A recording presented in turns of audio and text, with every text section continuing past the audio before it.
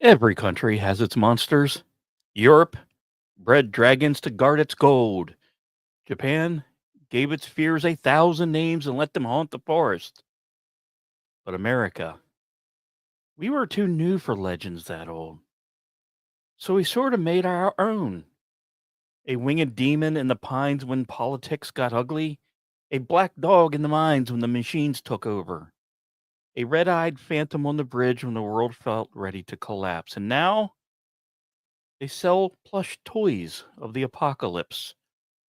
Our monsters aren't ancient, they're homemade, born in pamphlets, in panic, in the parts of the map we hadn't filled in yet. Every one of them says something about the people who needed to believe. This isn't a bestiary of beasts, it's a field guide more to fear, to the things America invented when the truth sometimes was too heavy to hold.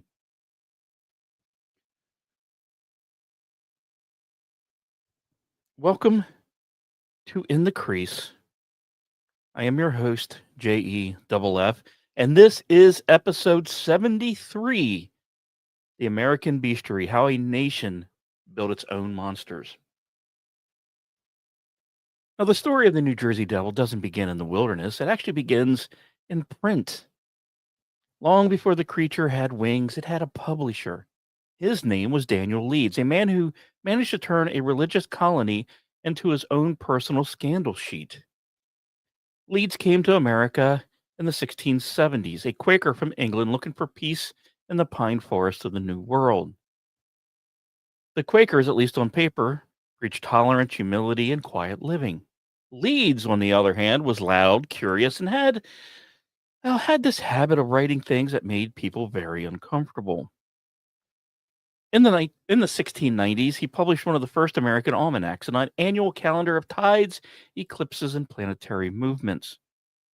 But Leeds also included astrological charts and commentary, blending science and superstition in ways that didn't sit that well with his fellow Quakers. They would accuse him of trafficking in the occult. Leeds called it mathematics. And hey, it is Sunday, so we are allowed to talk mathematics. He tried to apologize once. Then he printed a pamphlet explaining why he was right. By the second edition, he stopped pretending to be sorry. Daniel Leeds began quoting from alchemists and philosophers the Quakers considered dangerous. He discussed the structure of the universe, the influence of the planets, and the possibility that God's design might actually be measurable. In a time when most people believed disease was punishment from heaven, this sounded more like heresy. When the church confiscated his books, Leeds decided to double down. He printed more. And because he was both brilliant and infuriating, he started publishing tracts attacking the Quaker leadership directly, accusing them of hypocrisy, spiritual blindness, and intellectual fear. And you know what? It worked. The Quakers turned on him completely. They banned his works, publicly denounced him, and labeled his family name a mark of blasphemy. In the tight, gossipy world of colonial society, that meant more than excommunication. It meant a bit of infamy. Now, the Leeds Devil was born decades before anyone claimed to see a monster, and his first victim wasn't livestock, it was Daniel Leeds' reputation. As time passed, Leeds became a strange symbol in the colonies, part scholar, part heretic, the man who printed too much and apologized too little. And his children inherit that reputation like a cursed dowry. His son, Titan Leeds, fucking amazing name, carried on the almanac business. Across the Delaware River in Philadelphia, another ambitious printer was trying to do the same. You may know him. His name was Benjamin Franklin. Franklin admired Daniel Leeds' boldness, but saw an opportunity in his notoriety. When Titan Leeds released his yearly almanac in 1733, Franklin predicted the exact date Titan would die, quote, according to astrological calculations, unquote. When the date passed and Titan survived, Franklin didn't apologize. He declared in print that Titan must be dead and that his spirit had written a letter pretending to be alive. It was the colonial America's first public media feud. a mix of science, a whole bunch of satire, and blasphemy that entertained readers across the colonies. And Franklin milked it for years. He continued referring to Titan Leeds as, quote, the late Mr. Leeds, unquote, mocking him as a ghost who refused to rest. Franklin knew what he was doing. For that joke sold papers. And by turning a rival into a punchline, he ensured that Leeds' name stayed forever linked to devil and spirits. When Franklin wrote that Titan's ghost haunted his own printing house, readers laughed. But somewhere in the Pine Barrens of New Jersey, the story began to grow legs and wings. By the mid 1700s, the Leeds Devil had taken on a life of its own. The name drifted away from pamphlets and to more the traditional oral tradition, whispered in taverns and cottages and places where people still half believed the storms where punishment and illness came from curses. In those years, the Pine Barrens were the perfect breeding ground for myth. It was a vast wilderness of sand, marsh, and stunted trees. Too poor for good farming, too wild for good living. Small settlements clung to the edges, loggers, charcoal burners, runaway debtors, and the occasional hermit who fled the rest of society. The place had an air of uncanny. And in 1735, that reputation got a name. A woman named Deborah Leeds, believed to be related to Daniel or Titan, gave birth to her 13th child in the lonely corner of New Jersey. 13 children, an unlucky number in practically any age, and practically a curse and one that still saw misfortune as divine math. According to later accounts, Deborah was exhausted. 13 kids will do it to you. Angry, once again, 13 kids will do it to you, and shouted that she wished the child would be a devil. It was said that her wish came true. The baby sprouted wings, hooves, and a serpent's tail before flying up in the chimney and into the storm. No one wrote that down in 1735. No newspaper covered it. But somehow the story lingered. It appeared in local gossip, in letters, and in the uneasy imagination of settlers trying to tame a land that still felt untamable. The devils of Leeds Point had arrived, and with every retelling, it became a little more vivid, a little more human, and a little more useful. Because monsters serve a purpose.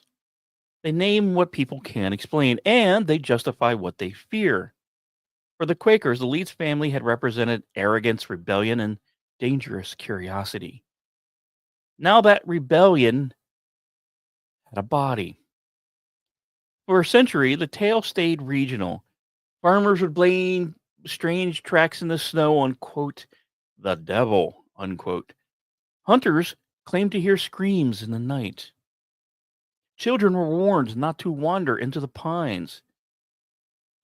The Leeds Devil was local collar, the Pine Barrens' unofficial mascot of misfortune. Then came January 1909, when the story exploded. For 1 week, newspapers across New Jersey and Pennsylvania reported a wave of sightings unlike anything the region had ever seen. A winged creature terrorizing towns from Camden to Trenton. Strange footprints that appeared overnight and ended abruptly as if the creature had taken flight. Schools closed down, mills shut down, and police in multiple towns claimed to have fired upon it. And every paper ran a headline. In the middle of modern industrial state, a place of railroads, telephones, and electric lights, an 18th century monster was back in print. People saw what they expected to see. In some accounts, it was a giant bat. In others, a kangaroo-like animal with horns. Some said it screamed like a woman. Others said it stank of sulfur. It didn't matter which version was true. The fear was the same. The Jersey Devil was a headline made flesh. The supernatural returning to remind modern America that progress doesn't kill superstition. It just rebrands it. And the timing wasn't random. The early 1900s were years of enormous change: factories, immigration, and the first true urban sprawl. Science was rewriting the world, and religion was struggling to keep up. Every invention, the radio, the airplane, the automobile, seemed to erase one mystery while creating another. The Leeds devil fit that perfectly. A symbol of chaos in an age obsessed with apparent order. A wild thing for a nation that kept trying to tame itself. And the press, just like Franklin 2 centuries earlier, recognized the value. Stories of sightings sold papers faster than politics or even crime.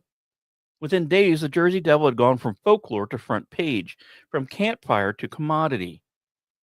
Experts, of course, tried to explain it away.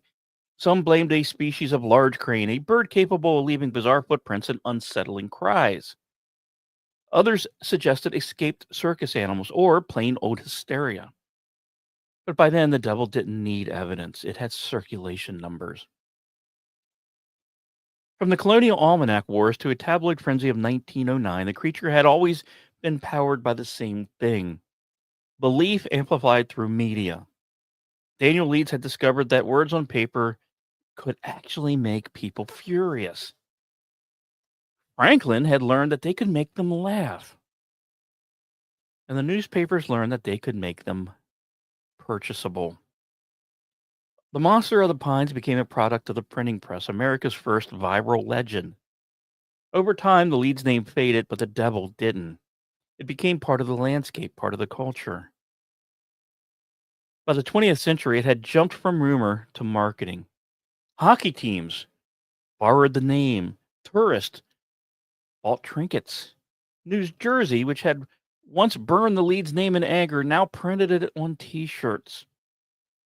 But beneath the humor, the old structure remained: a myth built to police imagination. Daniel Leeds was punished for curiosity, his family was cursed for knowledge, and their punishment became a legend that still pays dividends. This is what makes the Jersey Devil more than folklore. It's a bit of a case study, a record of how America learned to manufacture belief. It became or began as a weapon of religious politics, evolved in tabloid entertainment, and ended up as a brand. Every age of fear found a way to resurrect this. In the 1730s, it warned against heresy. In the 1800s, it symbolized wilderness. And in the 1900s, it simply just sold newspapers. And now today, it's printed on keychains and beer labels and one of my favorite hockey teams. The devil never changed. Only the economy around it did.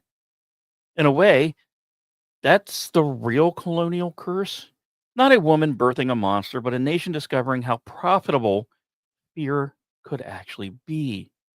It's the story of how superstition learned to sell itself, how outrage and imagination merged into something permanent, and how every new medium, from pamphlet to press to pixel, keeps the wings of the old story beating. America never needed its dragons.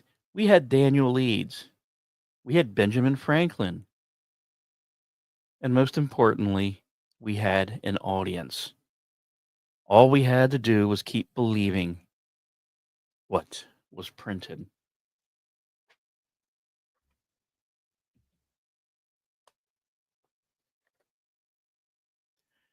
Now, the Industrial Revolution didn't change how people worked, it changed how they feared. When the machines came, they didn't sound quite like progress. They sounded like thunder trapped in a building, metal on metal, steam screaming through valves.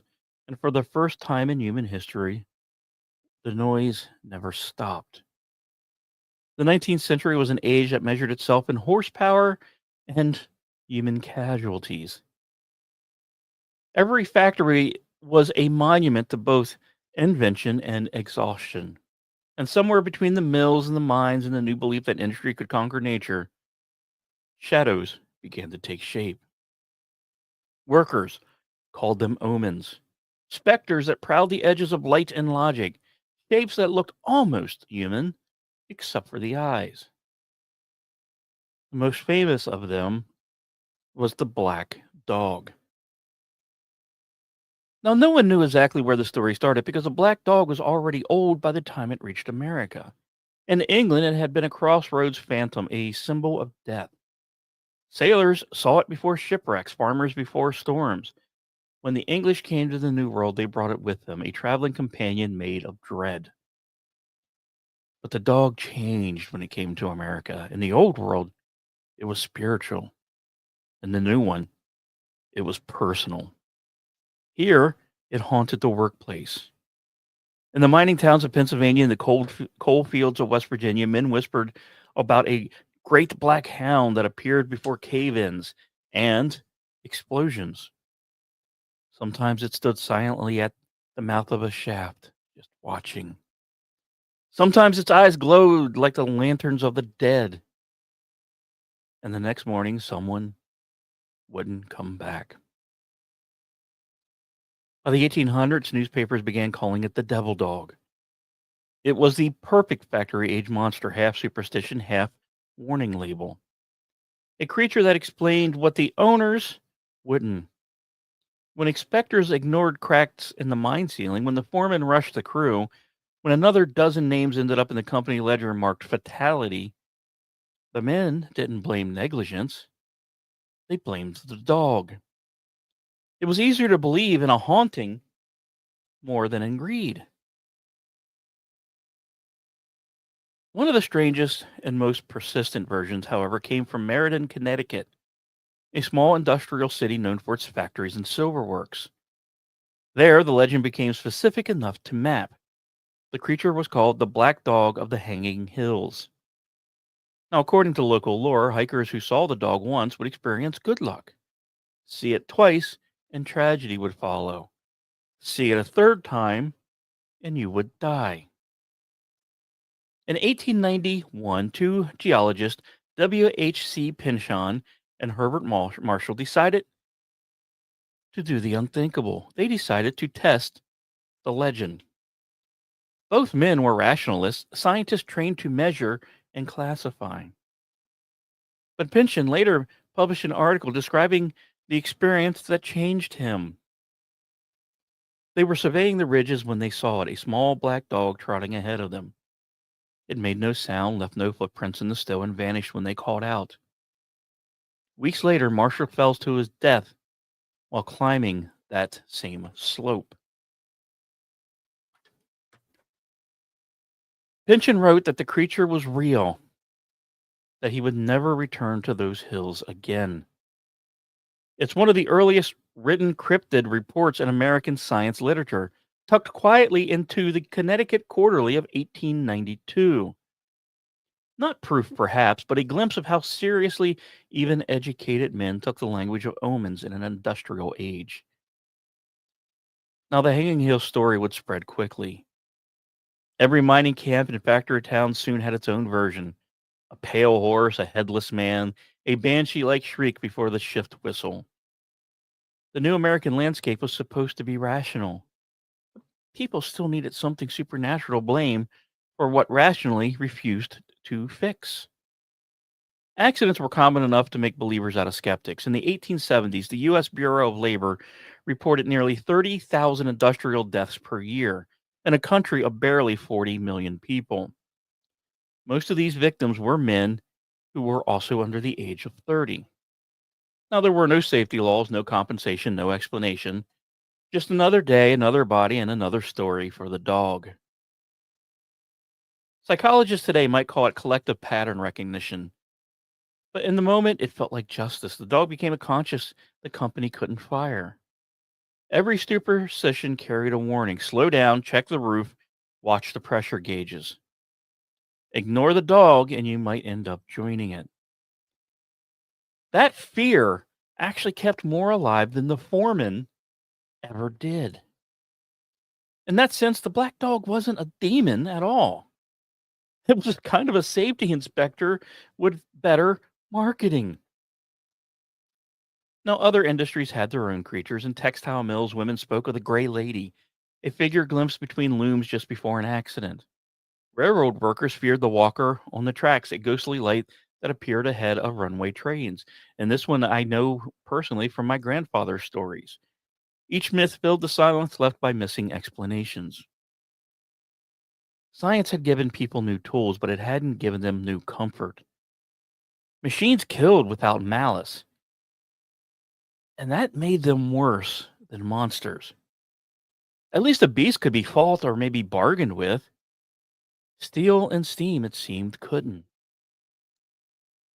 Now, the Black Dog legend survived long after the Industrial Revolution ended. During World War I, soldiers in the trenches of Europe began reporting the same apparition, a dark hound moving through the fog before artillery bombardment. Letters Holmes describe it as, quote, the old dog from the mines come to collect more souls, unquote. By then, the creature had crossed oceans again, following men instead of maps. In later decades, it migrated to highways, becoming the phantom trucker or hellhound of the road, always, always ahead of disaster, and always one step in front of the headlights. The details changed with technology. The meaning, however, did not. Now, if the New Jersey Devil was a product of politics, the Black Dog was born of exhaustion. One represented belief as spectacle, the other belief as survival. The devil would sell newspapers, but the dog would keep men sane.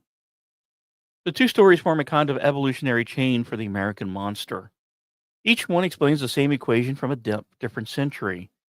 When knowledge increases faster than understanding, imagination will often fill the gap.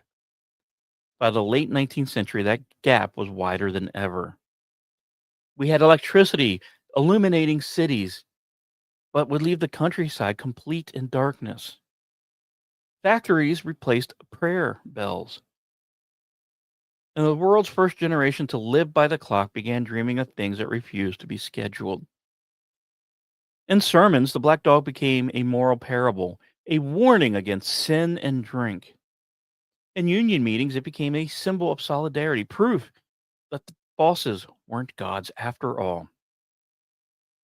And in folklore, it became comfort, a promise that even death would send someone to walk beside you. But the most haunting part of the legend is in its persistence. During the Great Depression, when factories shuttered and men rode boxcars in search of work, the dog followed the rails. One Oklahoma newspaper in 1932 ran the headline, Black Hound Haunts Dust Bowl Drifters. Witnesses described it as mangy, tired, and limping beside the freight trains. It seemed the dog had aged with the nation. By the 1950s, as America paved its way into the automobile age, truckers began swapping a new version over CB radio, the Ghost Mutt, that appeared at night near dangerous curves. It no longer predicted mine collapses. Now it warned of jackknives and brake failures. The superstition evolved just like the technology it haunted. Folklorists often trace the black dog to a shared root in human neurology, the instinct to assign intention to randomness. But they also admit that this particular myth carries a social truth. Every system that chews people up invents a ghost to represent what it refuses to see. And that's why the legend never fully disappears, because the conditions that created it never fully did either. Even today, in the corporate boardrooms and the warehouses of the 21st century, the vocabulary has changed. But let's face it, the emotions hasn't. Workers still talk about, quote, bad energy before layoffs, or, quote, the smell of metal before accidents, that feeling something is coming. We no longer see a dog, but we do still sense its shadow. Now, the Industrial Revolution promised mastery over nature. Instead, it created new wilderness, boundaries, furnaces, and the labyrinths of progress. Inside those walls, myth, well, it adapted. The devil of the pines grew mechanical wings, and the old hound learned new tricks.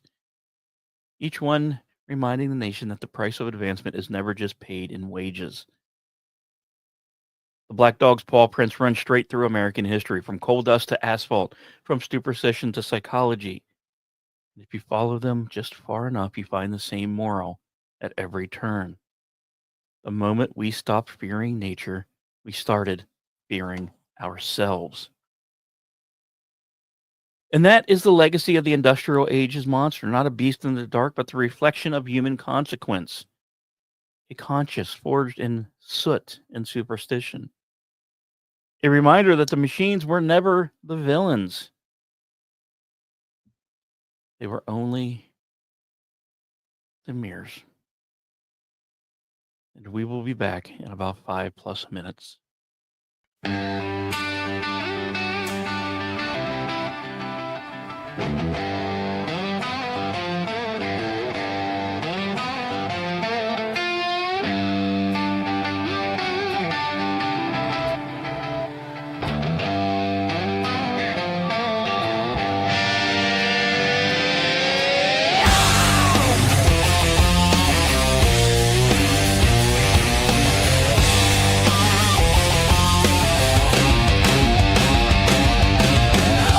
from a whisper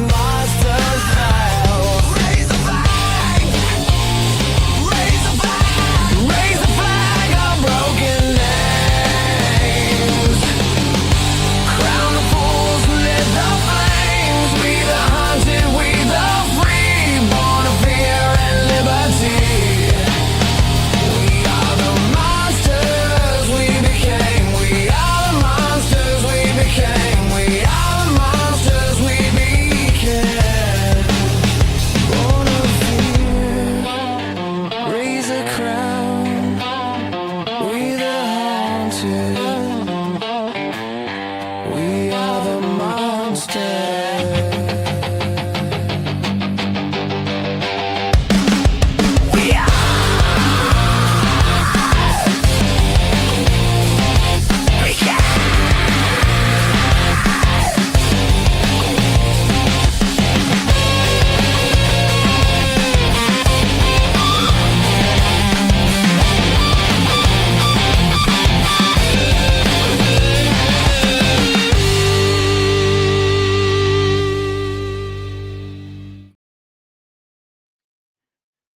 By the middle of the 20th century, fear had changed its altitude.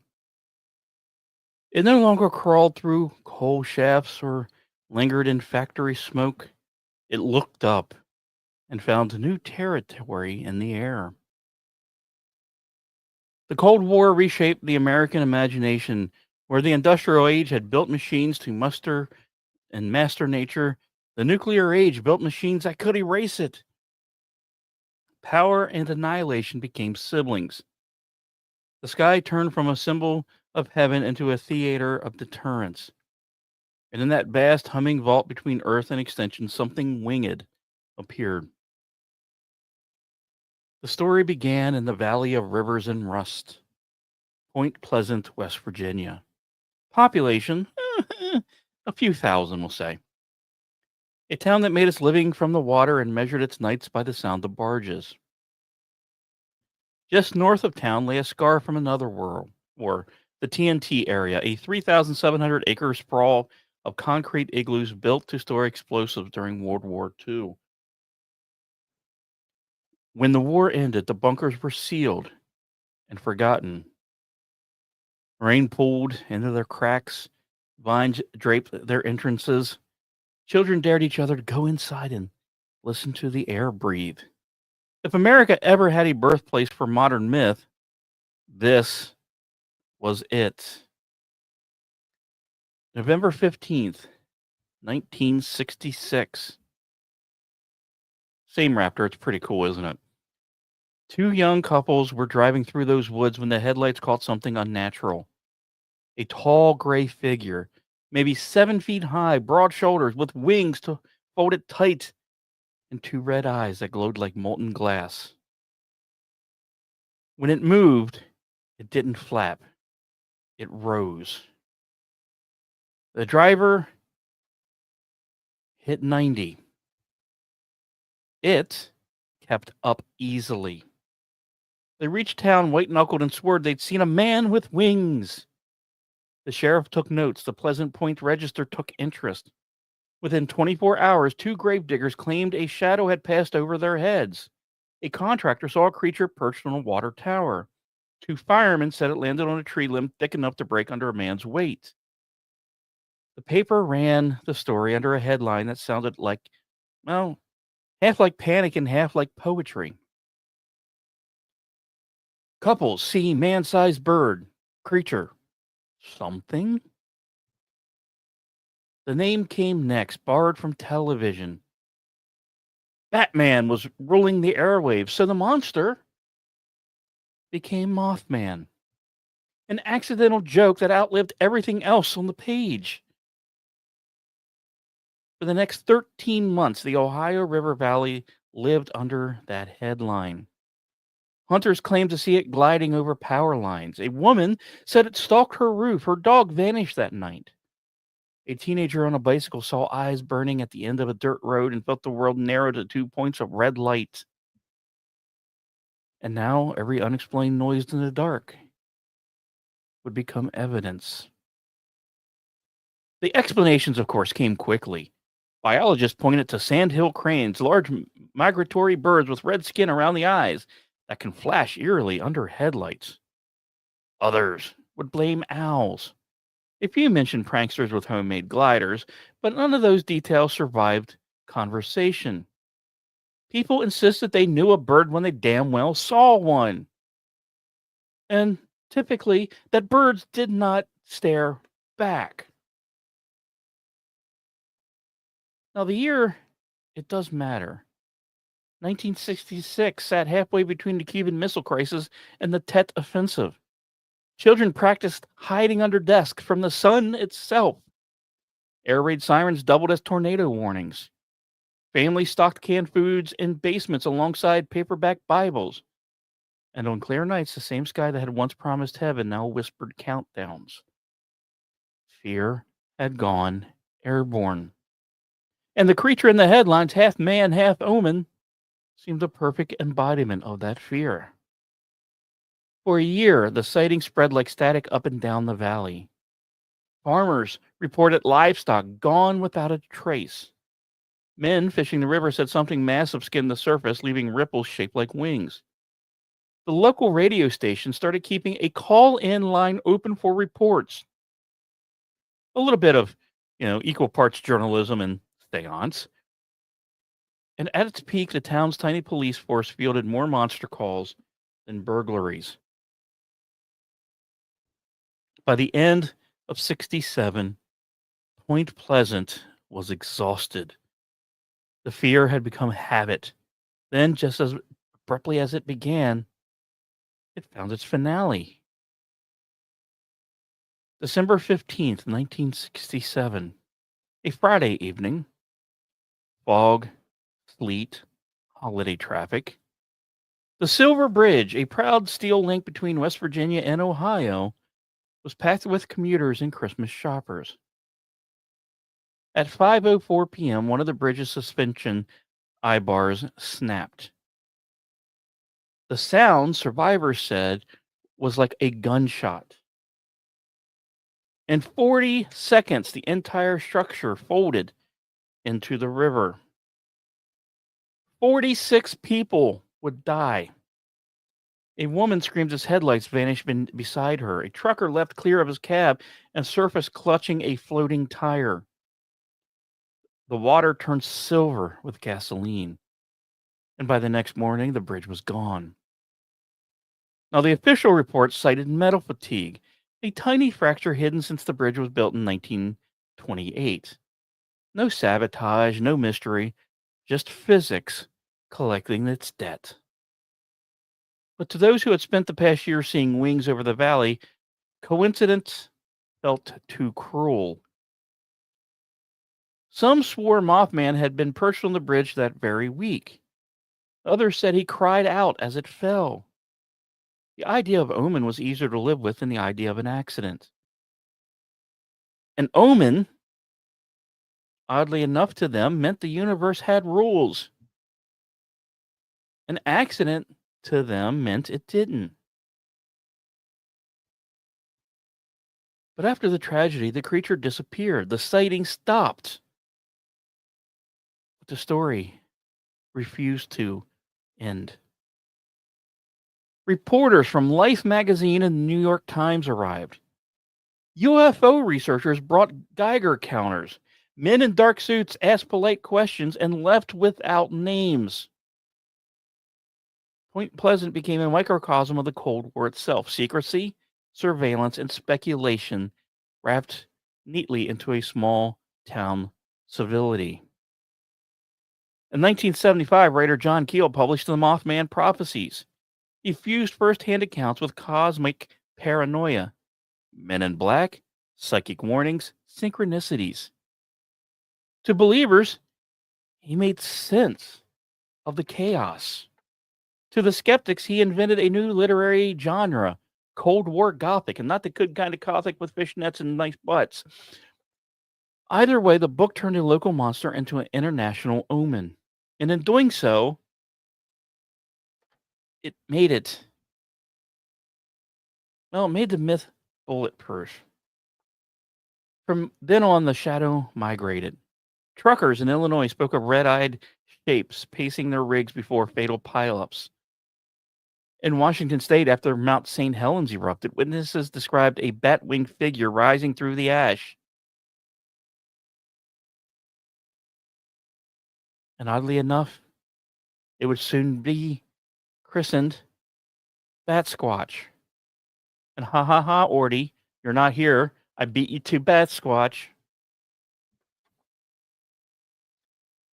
In Mexico, Miners told of a blackbird that appeared above shafts before cave ins. Everywhere, machinery strained or structures aged. Something with wings appeared just long enough to be blamed. The pattern repeated because the need repeated. Every industrial society invents a sentinel. Every new system of control breeds a myth of oversight. Science weighed in again, as it must. Ornithologists insisted on cranes. Psychologists spoke of collective pattern recognition. Engineers quietly pointed out that bridges fail when they're ignored, and that fear might at least prompt maintenance. Each explanation was reasonable. None, however, was sufficient. Because Mothman was never about the creature, it was about the climate, emotional, political, existential. The fear of invisible catastrophe had outgrown the vocabulary of facts. The story gave it form. A community that couldn't see radiation or geopolitics could at least point to eyes in the dark and say, there, that's what danger looks like. In time, that fear would soften into folklore. Pet Point Pleasant built a statue.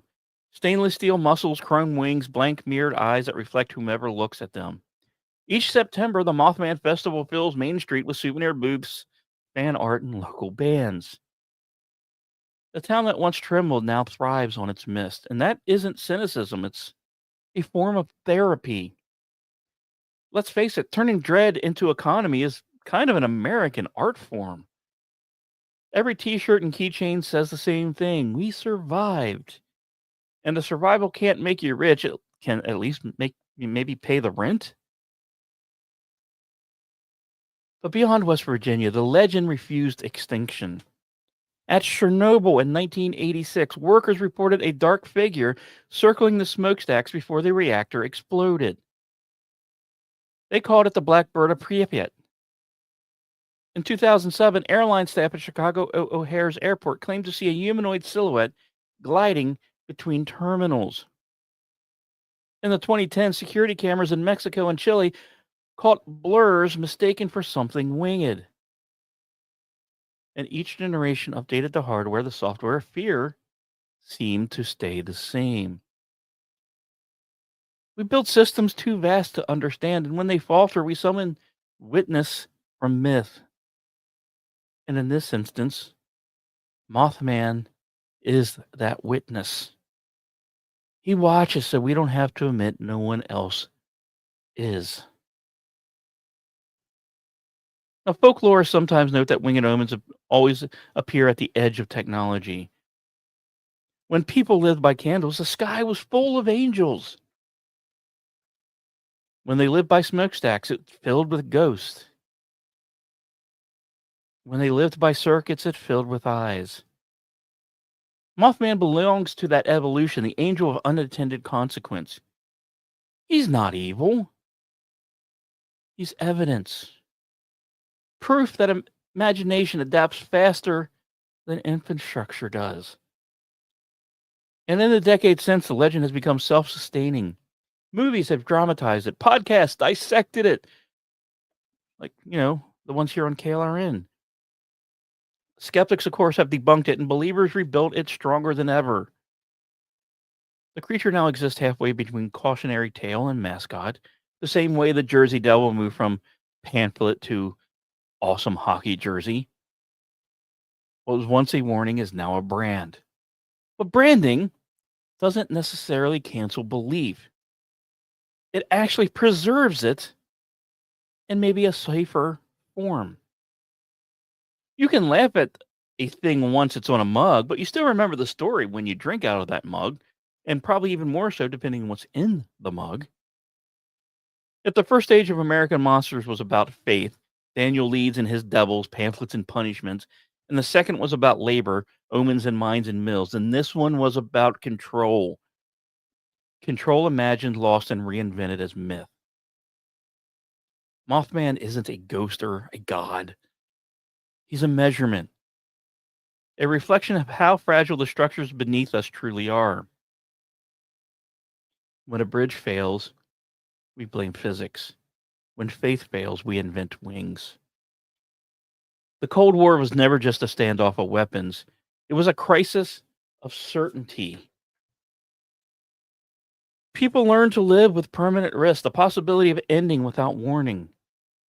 Out of that anxiety rose a creature designed to warn. If he screamed before disaster, maybe next time someone would listen. Today, Point's Pleasant River still moves slow beneath a rebuilt bridge. The statue still gleams. Tourists and YouTubers pose beneath its wings, not really realizing that they stand in the shadow of a metaphor. Because the story isn't really about the monster, it's about vigilance. A nation that can no longer trust its systems invents one that never sleeps. And that's why the Mothman will never truly leave. He's built into the architecture of worry. He's the shape of responsibility deferred, the echo of every engineer who meant to check that bolt. Maybe tomorrow. It's the conscious with altitude.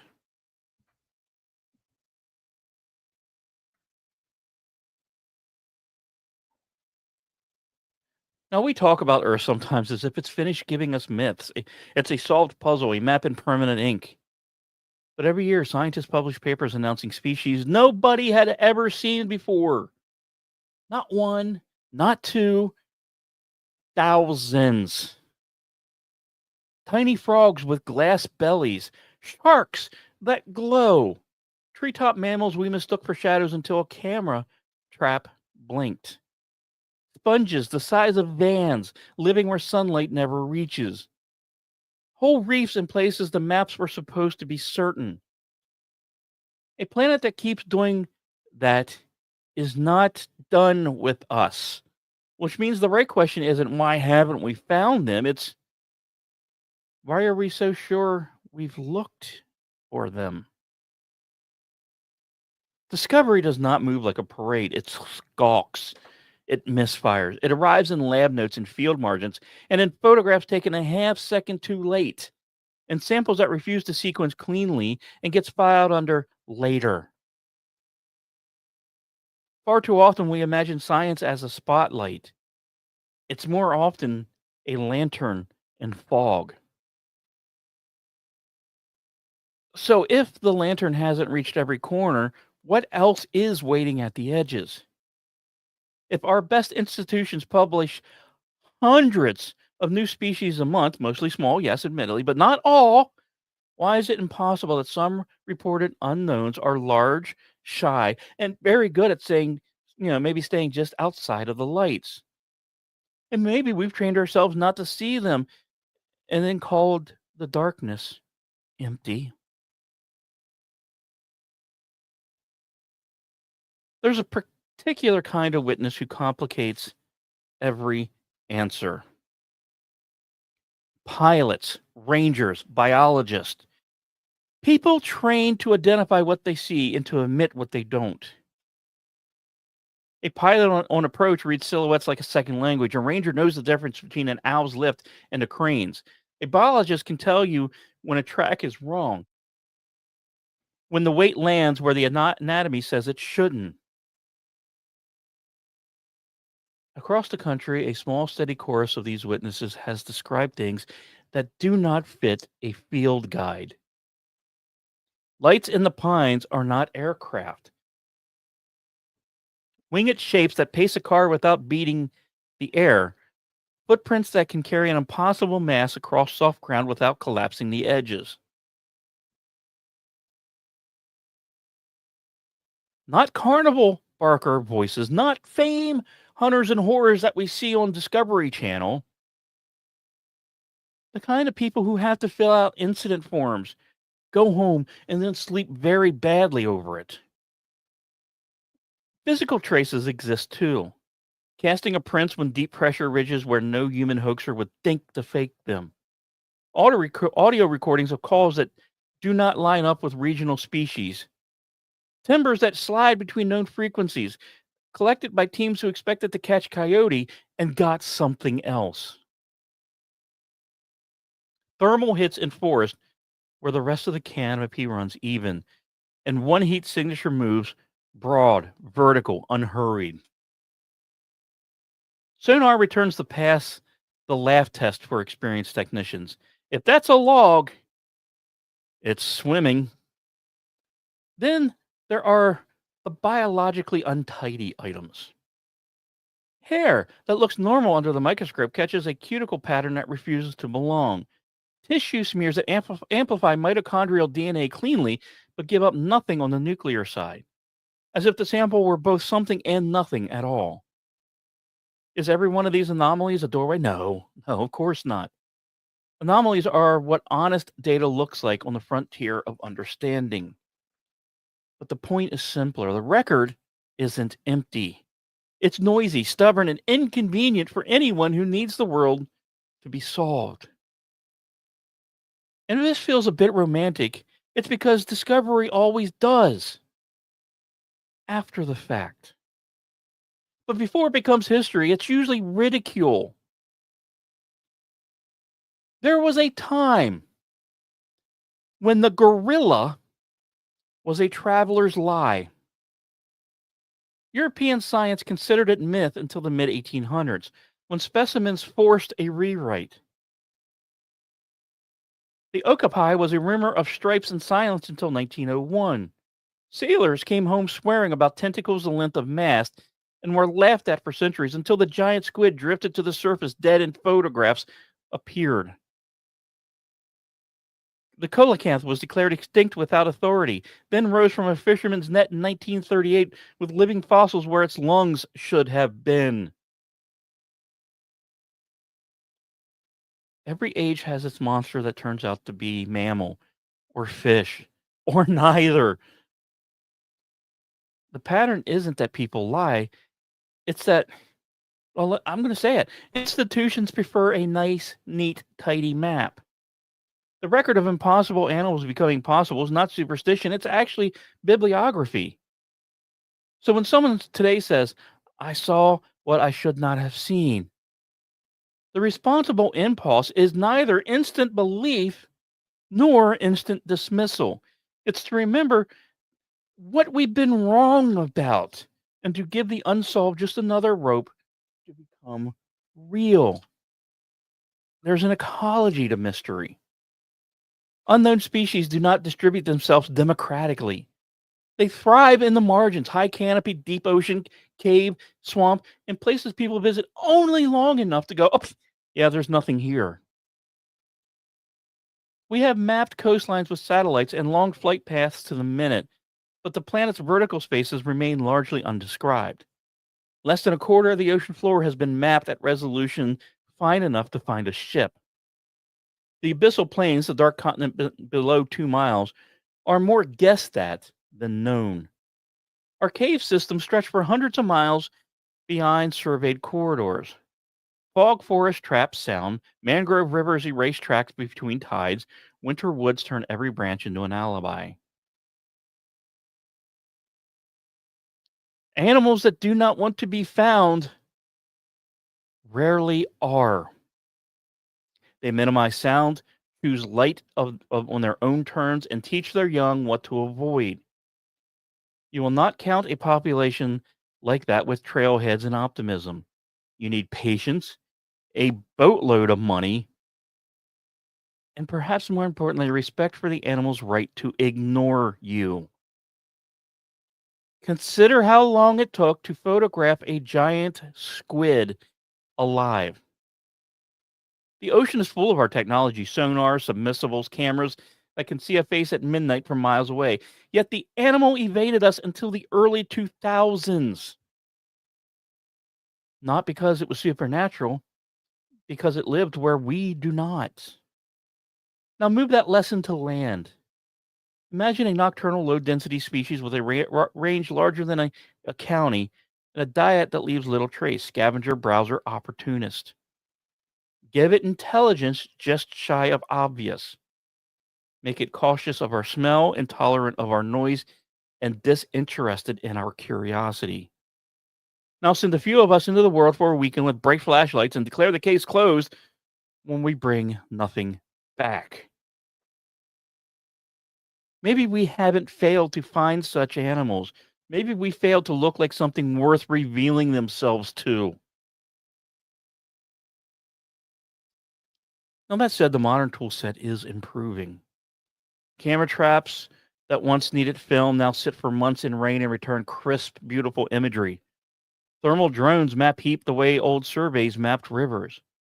Environmental DNA, eDNA, lets researchers scoop a liter of water and detect what swam by hours earlier. We are learning to read the biological graffiti animals leave behind. Learning still. These methods turn folklore into testable hypotheses.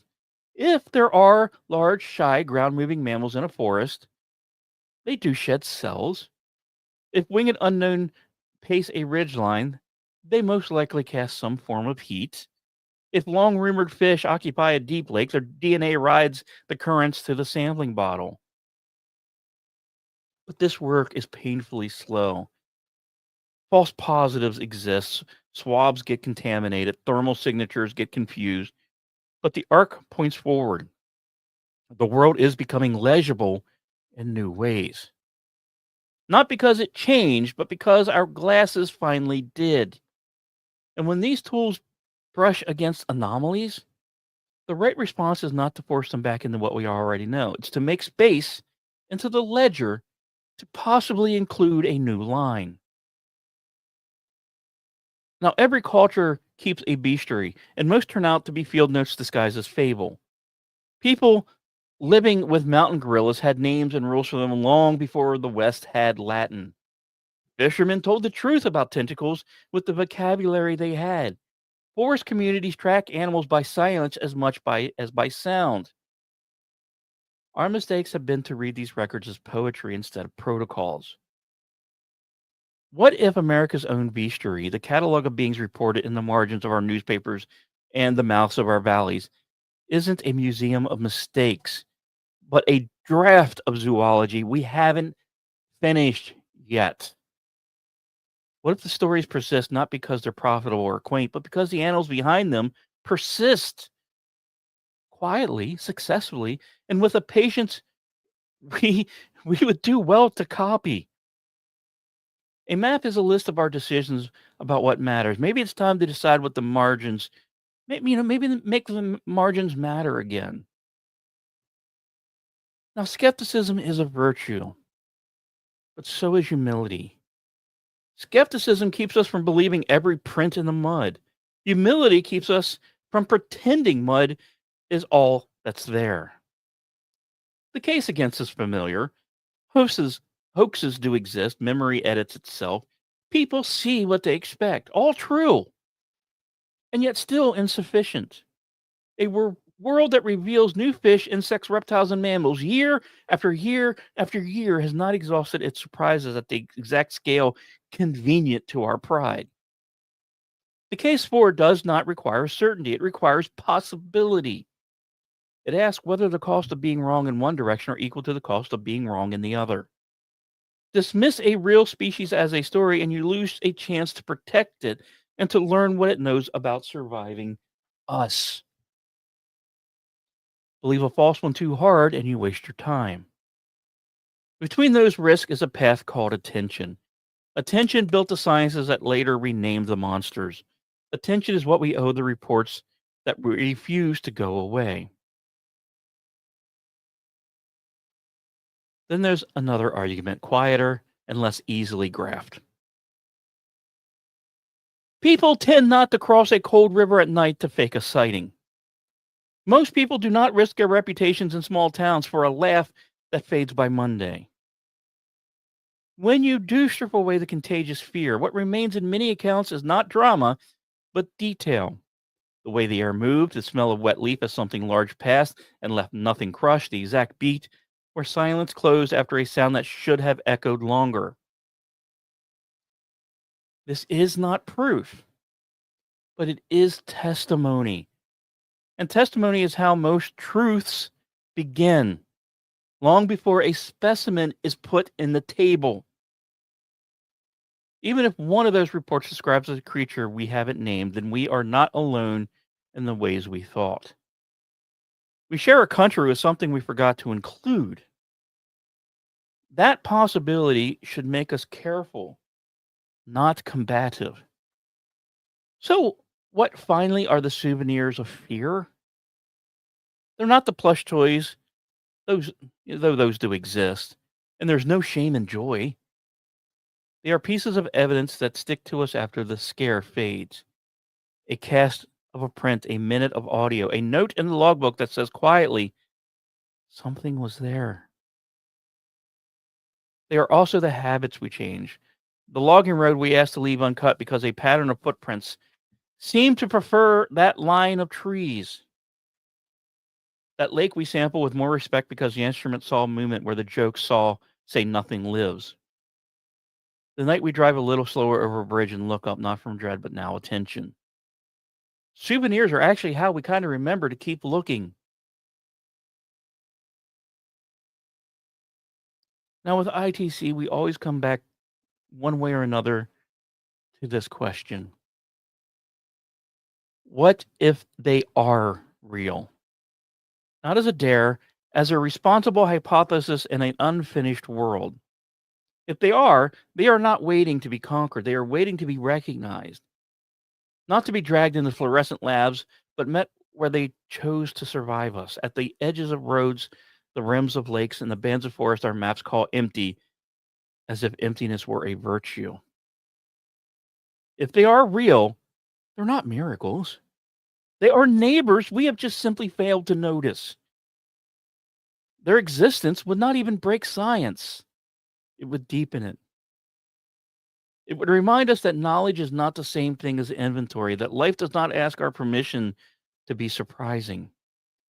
And if in the end some of the reports do resolve into cranes or owls or logs that somehow swam, the work will still have been worth doing. Because the point of attention is not to be right, it is to be honest. To say, we looked, we listened, we were willing to be changed by what we found. A bestiary is a book of animals. And I believe America book is still being written. So keep those castings, keep the tapes, keep the stories told in low voices along dark water. Not because mystery is profitable or popular, but because curiosity is the last best souvenir we all get to keep. So what if they are real? Then the world is wider than the map we know. And now we just have more neighbors than we ever knew.